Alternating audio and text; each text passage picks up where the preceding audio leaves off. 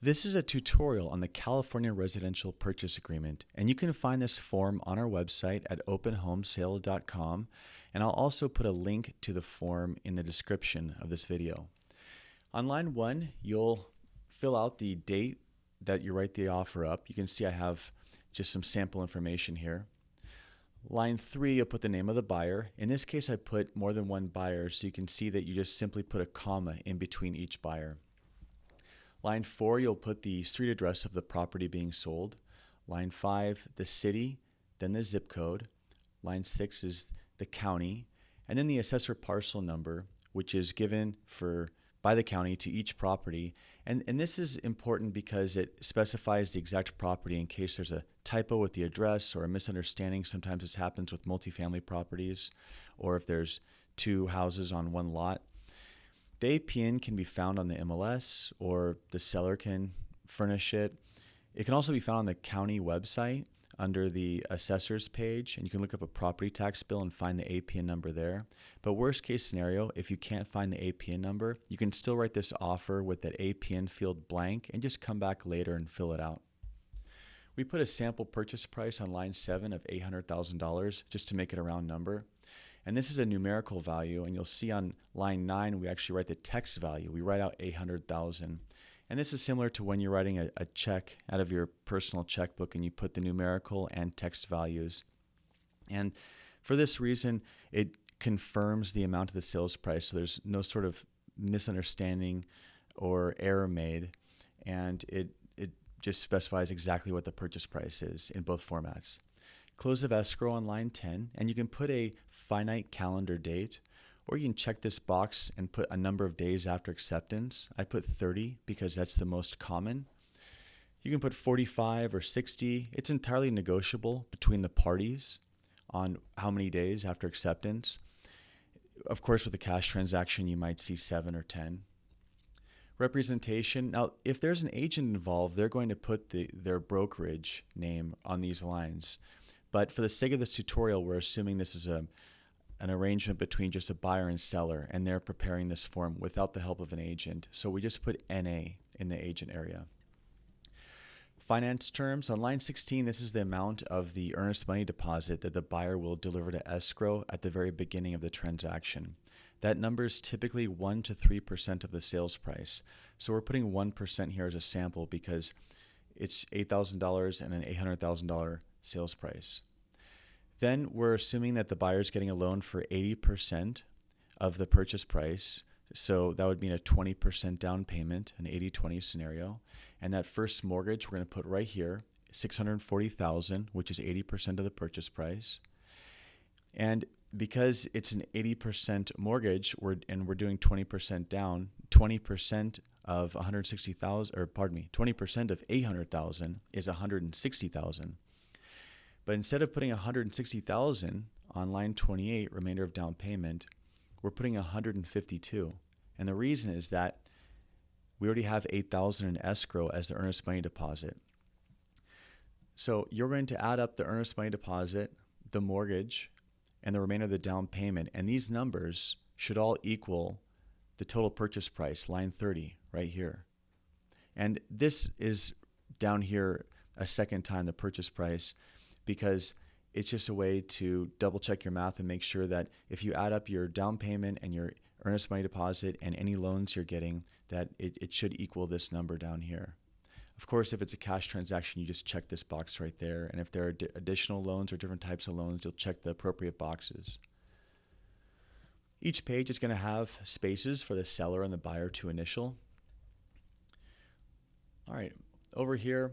So there are some fields where the buyer is obligated to furnish the seller with proof of funds or a pre-qualification letter if they're getting a mortgage, and the buyer's 3 days from acceptance to deliver those documents to the seller.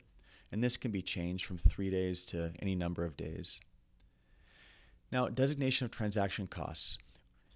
The party that pays different transaction costs varies county by county in California. In Northern California, it changes county by county, even to a degree within certain counties. In Southern California, it's more uniform. And we wrote this contract as a transaction is usually written customarily in Southern California. And in Southern California, the seller pays most of these fees. And we have a grid or a matrix that shows what's customary in different parts of the state, different counties, that you can find on our website as well. So for here, we have the seller paying to make sure that there's a smoke detector installed, carbon monoxide detector, and these are items that can't be waived. So the smoke detector, carbon monoxide, and water heater bracing, this can't be waived. This is an obligation that the state places upon the seller to deliver a property in a safe condition. So the seller is going to pay for that if any repairs need to be done to make sure they're compliant per state law.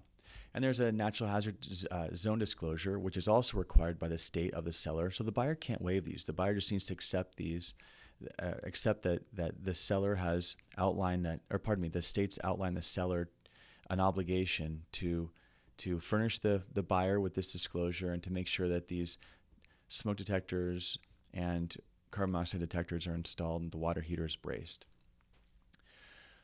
All right, and then we have seller paying the termite inspection, which is what we see typically in Southern California, performed by, people typically write seller's choice. Since the seller is paying, the seller usually chooses the termite company.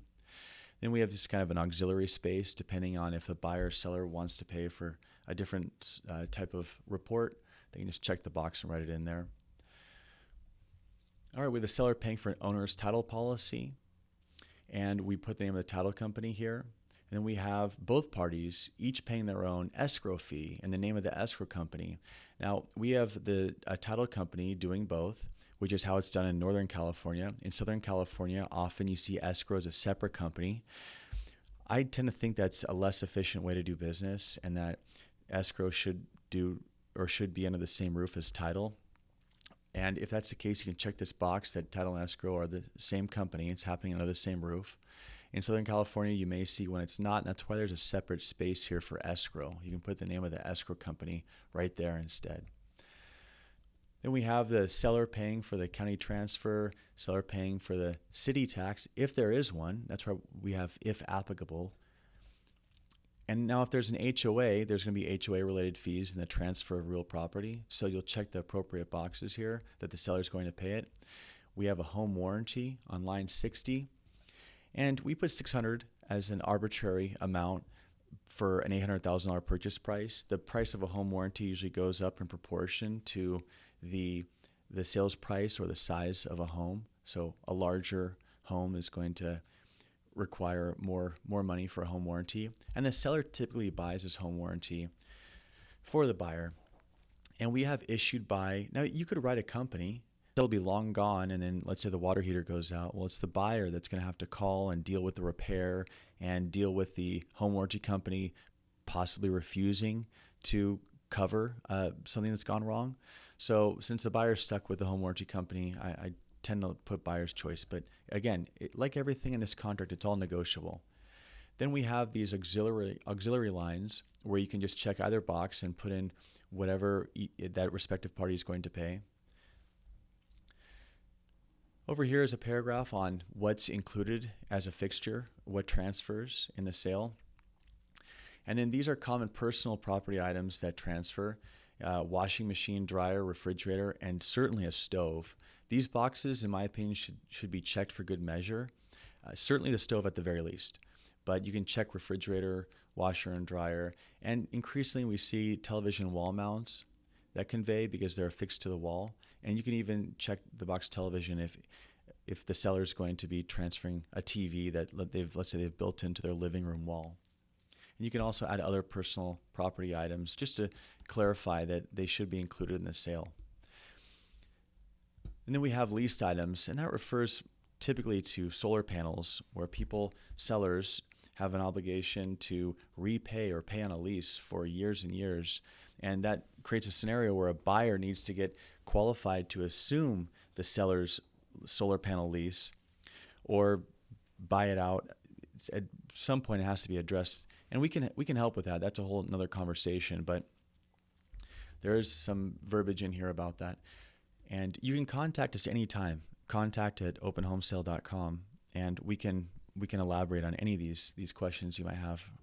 All right, so contingencies. Now, this contract is contingent And it's contingent upon a few different things.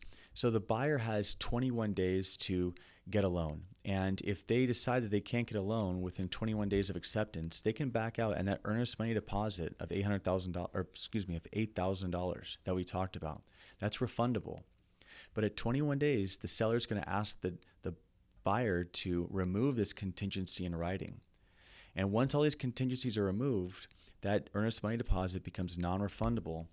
And if the buyer doesn't close, they're in breach, and the seller can keep the deposit at that point. If there's no loan contingency, like on an all-cash transaction, you just check this box.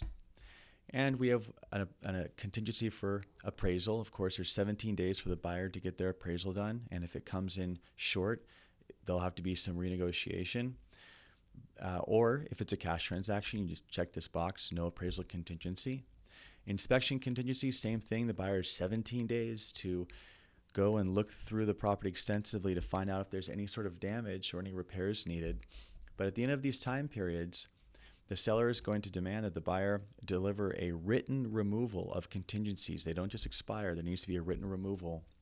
And if the buyer does not remove contingencies, the seller can cancel the transaction. There's a no inspection contingency box, and that is something that I do not recommend checking. That's usually for an investor that plans on completely gutting a house and building it from the ground, or remodeling it from the ground up. Seller has 7 days to furnish disclosures. Now, there's going to be a bunch of standard verbiage here that relates to what happens if a party breaches, or if the seller has a right to cancel, and what happens to earnest money, closing and possession right here. And this, I should mention that this says that on the day that the buyer is recorded by the county as the new owner, the seller has the obligation to deliver keys to that buyer, and delivery will be at 6 p.m. on the day that the property records at escrow. So imagine that on closing, the buyer can show up with their moving truck at 6 p.m. That's basically what that means. If a dispute arises, mediation is the first course of action. Then after that, arbitration. And this is a way to keep disputes more civil so they don't escalate immediately to an expensive litigation scenario, and both parties attend mediation and then arbitration as the first courses of action to resolve a dispute. Then we have a bunch of additional provisions. Now, with a lot of the text that we've just been scrolling through, I do recommend reading through it, or at the very least skimming through it. These are just kind of important notices. Some of them are mandated by the state to disclose for both parties for their protection, so they understand what they're getting into. But it's important verbiage that's worth a read. And just recommendations of inspections, wire fraud warning. Now, this offer does expire the 3rd day after it's been written by the buyer, and the seller has until that 3rd day to sign it, or else this offer self-nullifies. And then you're going to see where the seller can accept. Now, if they want to include a counteroffer, they can go ahead and just check this box and include a counteroffer, and the counteroffer is going to incorporate all the terms mentioned on this offer and then be changed by whatever's on the counteroffer. So if it's just the price, they'd put a price counter on the counteroffer, but that counteroffer still includes everything in this offer. So that's why even if there's a counter, the seller needs to check this box and sign here. If there are real estate brokers involved, then they're going to fill out their information here, but there's not in this sample, so we're just going to leave it blank. And then the escrow holder must fill out the information here and explain what sort of escrow company they are, and their information must be posted. And at the very end here, both parties are going to initial on this last page too. So each page requires initials, but don't forget this last page, because it certifies that both parties are an acknowledgement that they know who the escrow holder is. We do hope that you found this video helpful, and you can get more information at openhomesale.com or email us at contact@openhomesale.com. Thank you.